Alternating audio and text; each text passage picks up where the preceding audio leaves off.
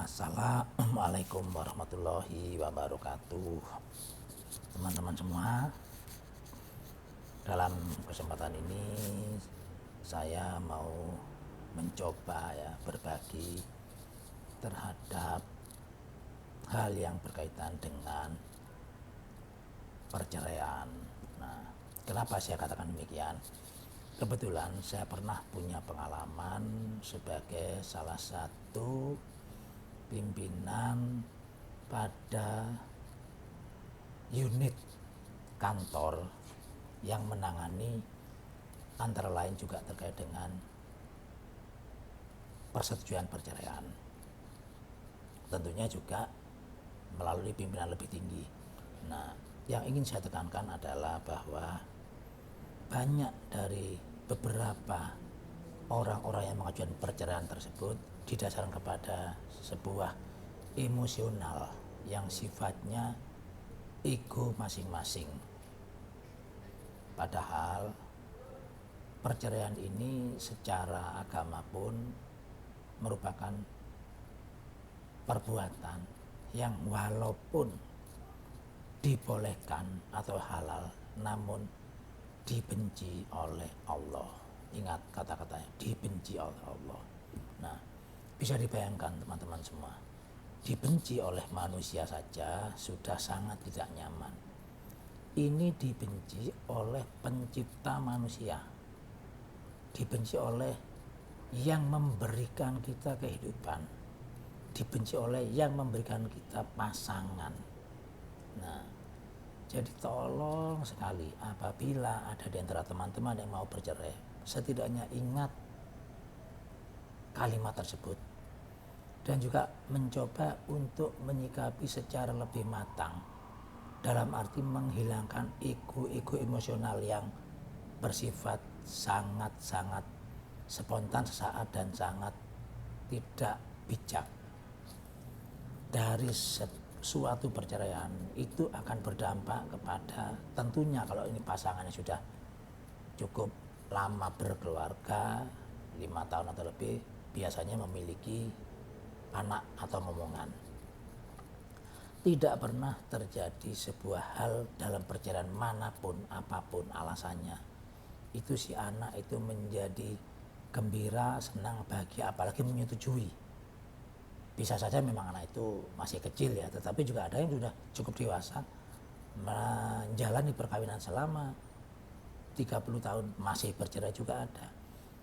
Saya tidak menjudgment apakah itu tidak bijak, tapi lebih kepada kalimat agama tadi, bahwa salah satu dampaknya di culture kita di Indonesia khususnya, ini kan lebih banyak patriarkat, dalam arti laki-laki yang bekerja, sehingga begitu terjadi satu perceraian saja, maka secara langsung maupun tidak langsung itu si istri menjadi kena begitu banyak beban. Satu, beban yang dialami adalah beban terhadap ekonomi yang selama ini relatif safe, dalam arti bukan tersantuni lah, atau diperolehnya bagian dari hak istri yang dari suami, maka itu menjadi terputus. Kedua, bagaimana dengan anak-anaknya atau anaknya yang biasanya mendapatkan bagian juga dari uang yang diperoleh, khususnya ayahnya yang secara normatif pada umumnya bekerja, itu bisa menjadi berdampak berubah yang kemudian juga bisa saja menjadi si anak ini relatif agak kurang dari yang selama ini si anak dapatkan, sepatu, baju, uang sekolah. Nah, kemudian bagaimana juga dengan harta-harta yang bersifat benda tetap. Biasanya di sebagian kita ini mengatasnamakan kepemilikan yang bersifat tetap itu atas nama suami.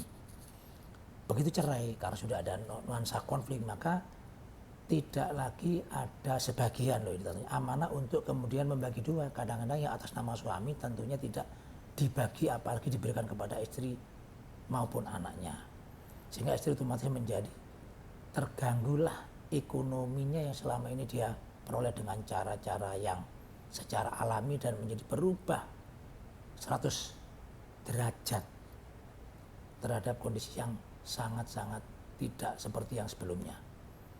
Dia harus mencari nafkah tetap untuk menghidupi dirinya, anaknya, atau mungkin rumahnya, dalam arti kebutuhan-kebutuhan listrik dan sebagainya apabila ditinggal begitu saja. Masalah juga terkait dengan pandangan-pandangan di Indonesia, bahwa begitu seseorang ini bercerai, status yang disandang adalah yang satu duda, yang satu janda. Nah, yang duda mungkin bisa saja easy going, maka dia agak cuek, bahkan mungkin lebih merdeka, kesana kemari, mencari hiburan atau menyesali sedikit, lalu kembali lagi dengan dunia-dunia yang sangat-sangat dunia laki-laki lah.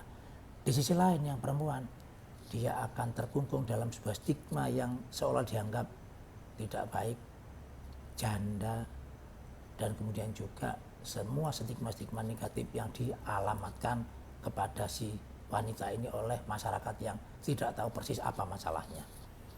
Begitu si wanita berusaha untuk mencari pekerjaan dengan sedikit bercolek, sedikit untuk merapikan dirinya agar pantas dilihat pada suatu institusi atau kantor atau lembaga untuk dia bekerja, maka pada saat berjuang dia sudah dilecehkan oleh tetangganya karena dianggap bersolek tanpa ada suaminya. Begitu dia bekerja sekalipun dan kebetulan pulangnya agak malam, maka muncullah stigma dia janda yang keluyuran pulang malam. Jadi sangat-sangat stereotip ya, jadi sangat tidak adil terhadap stigma bagi si perempuan yang menyandang status janda. Nah, ternyata kecenderungan sekarang ini begitu banyak orang yang mudah bercerai. Mudah sekali kemudian karena konflik-konflik yang bersifat psikologis, dan kemudian semudah itu untuk mengajukan kesepakatan untuk bercerai. Di beberapa data, saya karena tidak berdasarkan angka riset ya, bisa saja dibuka di Google ya, tapi memang begitu banyak kasus perceraian yang ada di Indonesia, di pengadilan agama manapun di kabupaten yang ada di Indonesia, sehingga ini sesuatu yang tentunya sangat-sangat memprihatinkan. Maka bagi ibu, bapak, kakak, saudara, teman, sahabat, baik lelaki maupun wanita yang akan bercerai, tolong pikirkan secara matang berulang kali untuk kemudian kalau bisa urungkan niat itu. Cobalah merajut kembali kebersamaan yang selama ini telah terbangun, dan bagaimana dulu kalian melihat pasangan kalian dengan segala macam keindahan, kelebihan, dan kebaikannya.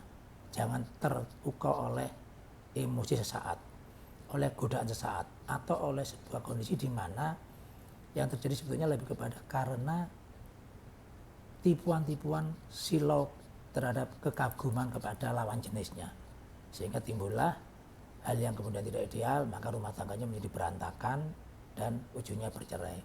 Yang menjadi korban adalah anak, dan masa depannya. Saya kira itu teman-teman semua tidak ada maksud apapun kecuali lebih kepada mengingatkan kembali bahwa cerai itu sesuatu yang dibolehkan tetapi sangat dibenci oleh Yang Maha Segalanya, sangat dibenci oleh Yang Maha Kuasa, dan sangat dibenci oleh yang menciptakan kita. Jadi tetaplah rukun dalam kehidupan dan bersabar terhadap apa yang dialami secara bersama-sama dalam rumah tangga itu. Sekali lagi, tetap selalu berdoa, tingkatkan ibadah, perbaiki sholat, dan selalu sabar dan bersyukur. Karena di luar sana masih begitu banyak orang yang nasibnya tidak sebaik kita. Dan kita begini karena baik-baiknya Allah kepada kita. Terima kasih. Assalamualaikum warahmatullahi wabarakatuh. Saya Hari Kris, channel YouTube channel ya. Terima kasih. Oke.